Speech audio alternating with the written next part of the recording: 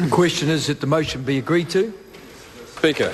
I call the Honourable David Cunliffe. Mr. Speaker, I move that all the words after that be omitted and the following added.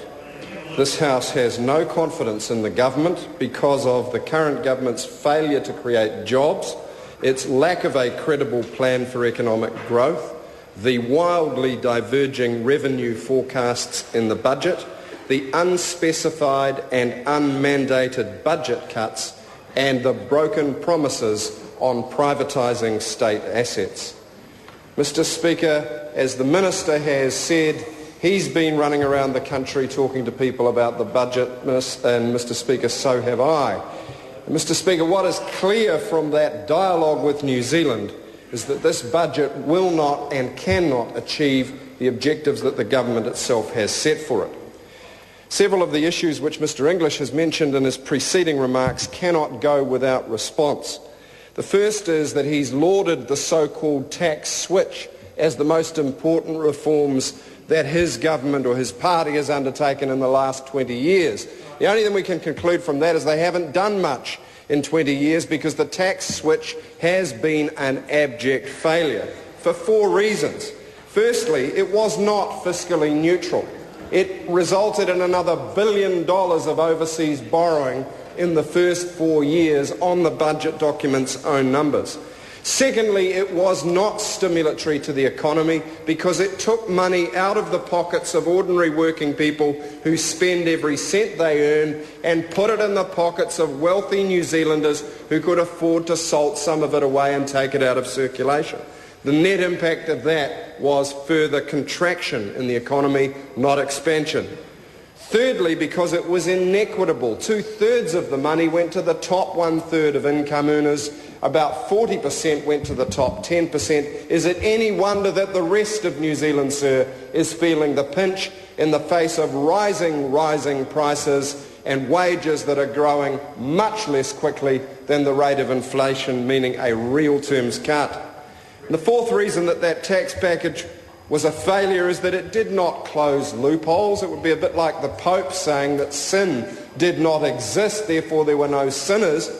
It simply removed the top tax rate at 39 cents, and so everything over 33 by definition was avoidance free. It's a circular argument, Mr. Speaker, and it cuts no ice with ordinary Kiwis.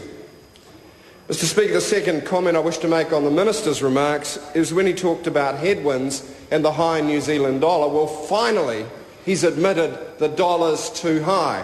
And I know it's not appropriate for either him or me to talk about what it should be in number terms, but let's say we have a consensus in this House that a high New Zealand dollar is giving us the so-called Dutch disease. Every exporter, apart from a few select commodities, is being withered on the vine by the fact that our exports are less and less competitive, and that can't continue.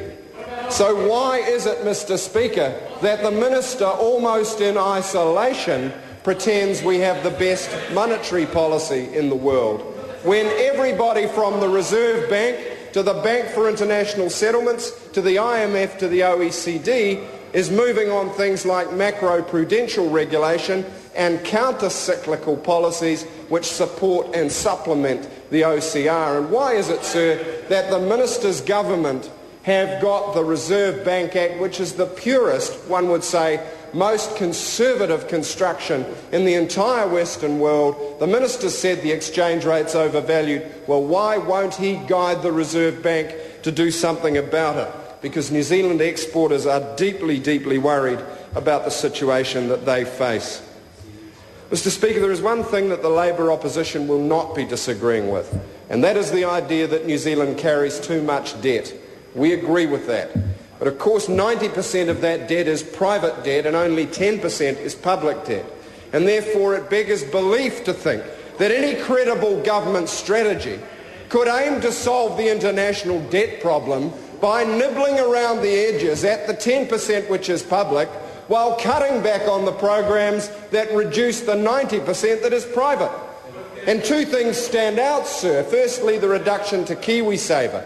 A blind man in a darkened room could say that we have to get the savings rate up. Why would the government's centrepiece of its budget, sir, be reduction to the incentives for New Zealanders to save in KiwiSaver? Shades of Muldoon, doing away with Mr Kirk's savings scheme.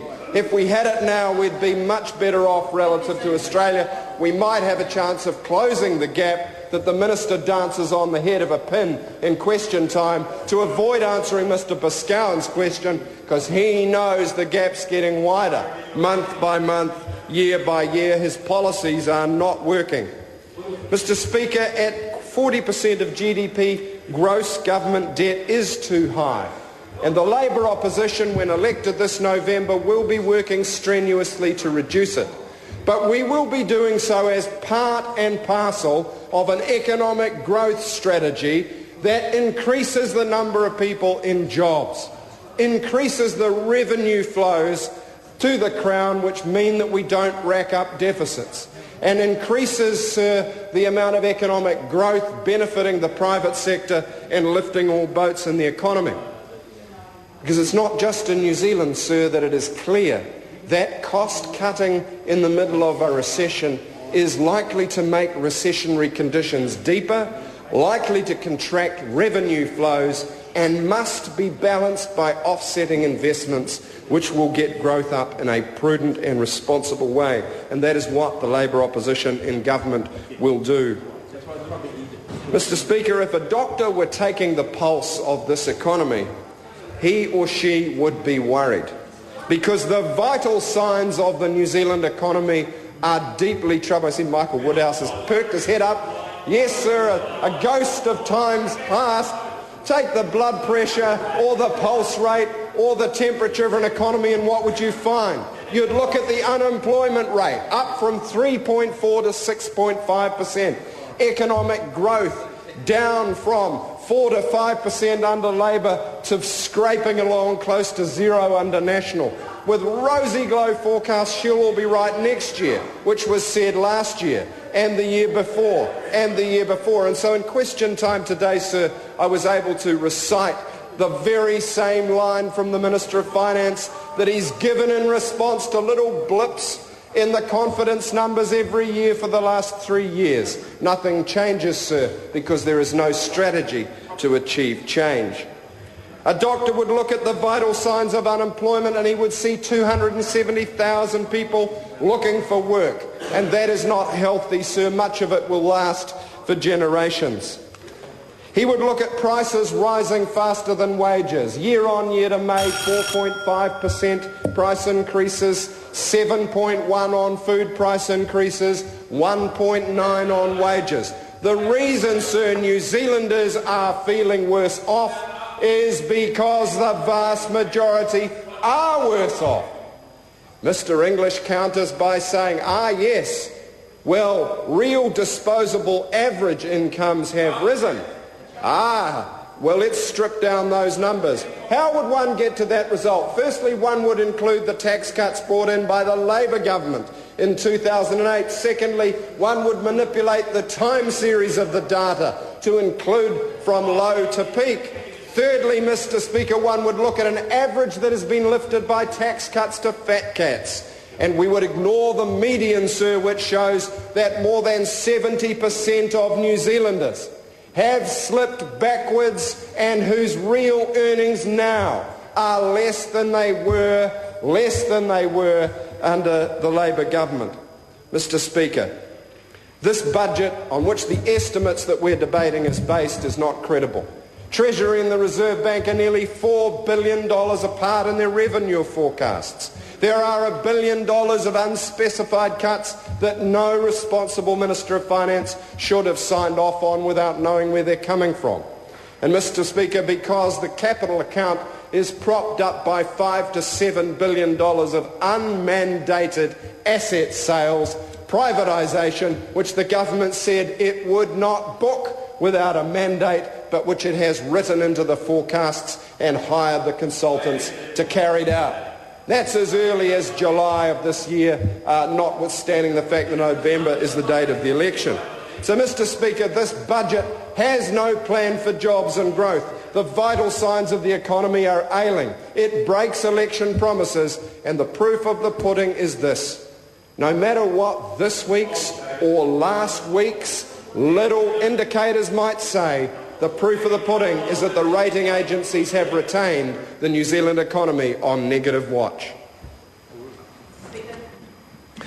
I call the honourable